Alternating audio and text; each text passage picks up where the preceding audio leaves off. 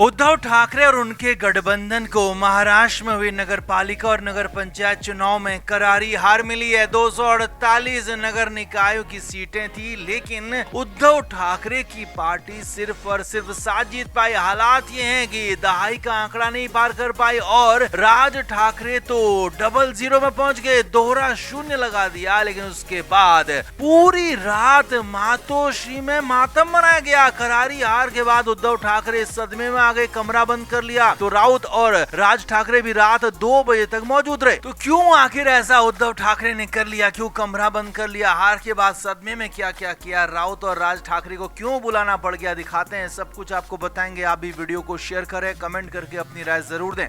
तो उद्धव ठाकरे को जिसकी उम्मीद थी वो तो बहुत दूर दूर तक नहीं हुआ, बल्कि जिसकी उम्मीद बिल्कुल भी नहीं थी वही हो गया। क्योंकि उद्धव ठाकरे उम्मीद कर रहे थे कि कम से कम 288 में से 100 के पार उनकी सीटें जाएंगी, शहरों में 100 के पार, नगरों में उनके नगर अध्यक्ष बन जाएंगे, नगर पालिका और नगर पंचायतों में उनका परचम लहराएगा। लेकिन हालात इतने खराब होंगे, खुद उद्धव ठाकरे या कहेंगे खुद बीजेपी को भी अंदाजा नहीं होगा कि उद्धव ठाकरे 7 सीटों पर जाकर अटक जाएंगे। और हालात इतने खराब हो गए हैं कि उद्धव ठाकरे को नींद नहीं आई। जी हाँ, रविवार को आंकड़े सुबह से आना शुरू हुए तो सुबह से ही हालात बिल्कुल उद्धव ठाकरे के खिलाफ ही थे। लगातार बीजेपी के आंकड़े बढ़ते जा रहे थे, शिंदे गुट के आंकड़े बढ़ते जा रहे थे और अजीत पवार के आंकड़े बढ़ रहे थे। और जब शाम होते होते फाइनल आंकड़े आए, देर रात तक फाइनल आंकड़े आए, तो उसके बाद तो उद्धव ठाकरे ने खुद को अपने कमरे में बंद कर लिया। मातोश्री सूत्रों से आ रही खबर के मुताबिक उद्धव ठाकरे ने खुद को हमेशा की तरह अपने कमरे में बंद कर लिया। मातोश्री उनका घर भी है, उनका ऑफिस भी है और वहीं पर वो रहते हैं। तो इसीलिए उद्धव ठाकरे को जब भी इस तरह की कोई समस्या होती है या कहेंगे जब भी उद्धव ठाकरे भयंकर दिक्कत में आते हैं, भयंकर सदमे में आते हैं, तो वो खुद को कमरे में बंद कर लेते हैं। अब अक्सर तो होता यही है कि रश्मि ठाकरे ही उनको समझा बुझाकर बाहर लेकर आती हैं, क्योंकि बाहर कार्यकर्ता नेता उनका इंतजार करते रहते हैं। मगर इस बार ऐसा नहीं हुआ, उद्धव ठाकरे ने कमरा ही नहीं खोला। जी हाँ, ये खबरें आ रही हैं। सूत्रों के मुताबिक लाख कोशिश के बाद भी उद्धव ठाकरे बाहर आने को तैयार नहीं थे, वो किसी से बात नहीं कर रहे थे। सदमा इतना गहरा था कि उद्धव ठाकरे के लिए उसे पचा पाना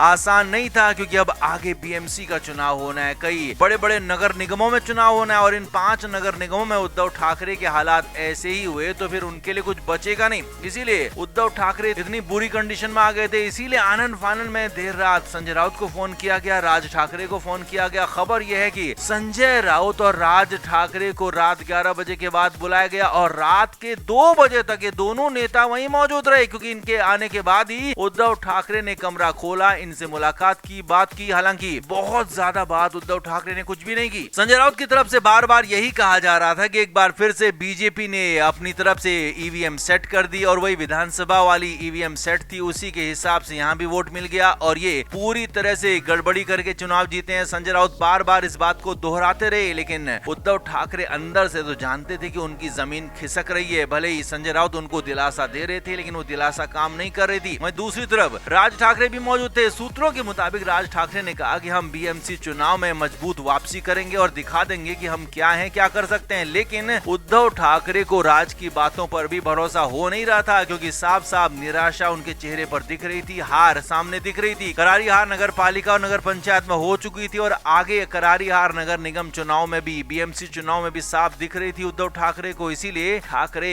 पूरी तरह से परेशानी रहे, सदमे में रहे और देर रात 2 बजे जब उद्धव ठाकरे के घर से संजय राउत और राज ठाकरे निकले तो उसके बाद उद्धव ठाकरे अपने कमरे में रहे, बाकी किसी कार्यकर्ता नेता से किसी से बात नहीं की। हालांकि उद्धव ठाकरे के हालात इतने खराब थे कि वो बेहद ज्यादा सदमे में होकर किसी से बात करना ही नहीं चाहते थे। इसीलिए बाकी के नेताओं को, कार्यकर्ताओं को कहा गया कि आप फिर किसी और दिन आइए, आपसे कभी और मुलाकात की जाएगी। तो कुल मिलाकर उद्धव ठाकरे भयंकर सदमे में हैं, घर पर मातम मनाया गया क्योंकि हार इतनी ही बुरी थी। तो आप इस पर क्या कहेंगे? क्या उद्धव ठाकरे की उल्टी गिनती शुरू हो गई है? क्या आप मानते हैं? कमेंट करके जरूर बताएं, वीडियो को शेयर भी करें।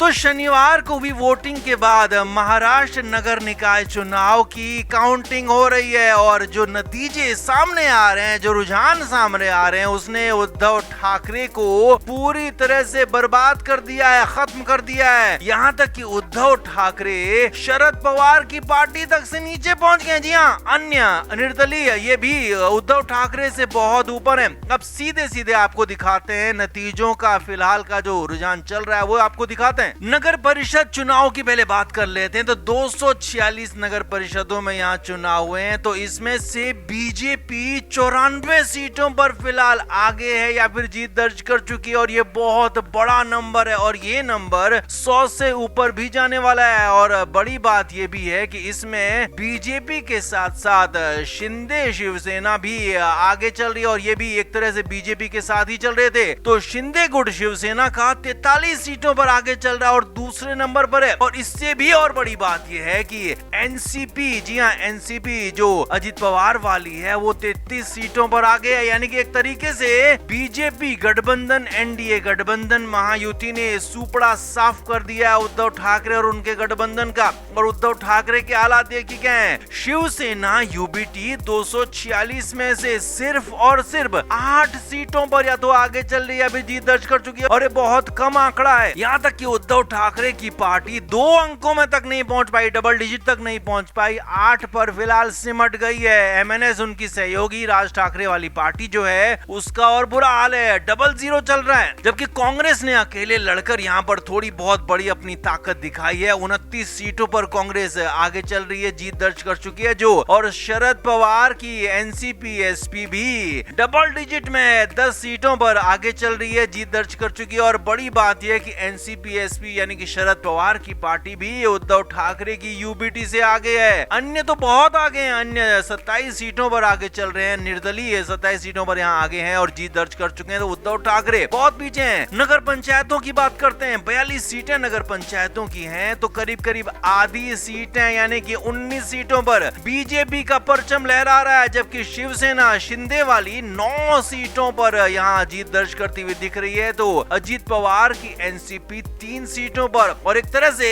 यहाँ पर भी सुपड़ा साफ कर दिया है उद्धव ठाकरे का, उद्धव ठाकरे के गठबंधन का। शिवसेना यूबीटी सिर्फ और सिर्फ 4 सीटों पर आगे चल रही है, और शिवसेना यूबीटी का इतना बुरा हाल है कि यूबीटी अपने साथ लड़ रही एमएनएस का भी कोई भला नहीं कर पाई। एमएनएस यहाँ भी 00 पर है, और कांग्रेस यहाँ पर भी शिवसेना यूबीटी से आगे है। शिवसेना यूबीटी 4 सीटों पर, तो कांग्रेस 5 सीटों पर आगे चल रही है। तो ये पूरा का पूरा सिनेरियो नजर आ रहा है बीएमसी चुनाव का, जो सेमीफाइनल माना जा रहा था। नगर निगम, बड़े बड़े जो नगर निगम है 5, उनमें चुनाव होना, उसका सेमीफाइनल इसे माना जा रहा था। नगर परिषद और नगर पंचायत चुनाव में उद्धव ठाकरे पूरी तरह से खत्म हो गए, अस्तित्व ही खत्म हो गया, हमेशा हमेशा के लिए विदाई हो गई है। यहाँ तक कहा जा रहा है कि चुल्लू भर पानी तक नहीं मिला उद्धव ठाकरे को, अब नाक भी कहाँ लगाएंगे। तो कुल मिलाकर उद्धव ठाकरे का हाल खराब है, बहुत ज्यादा खराब। आप इस पर क्या कहेंगे? आप भी कमेंट जरूर करें, वीडियो को शेयर भी करें।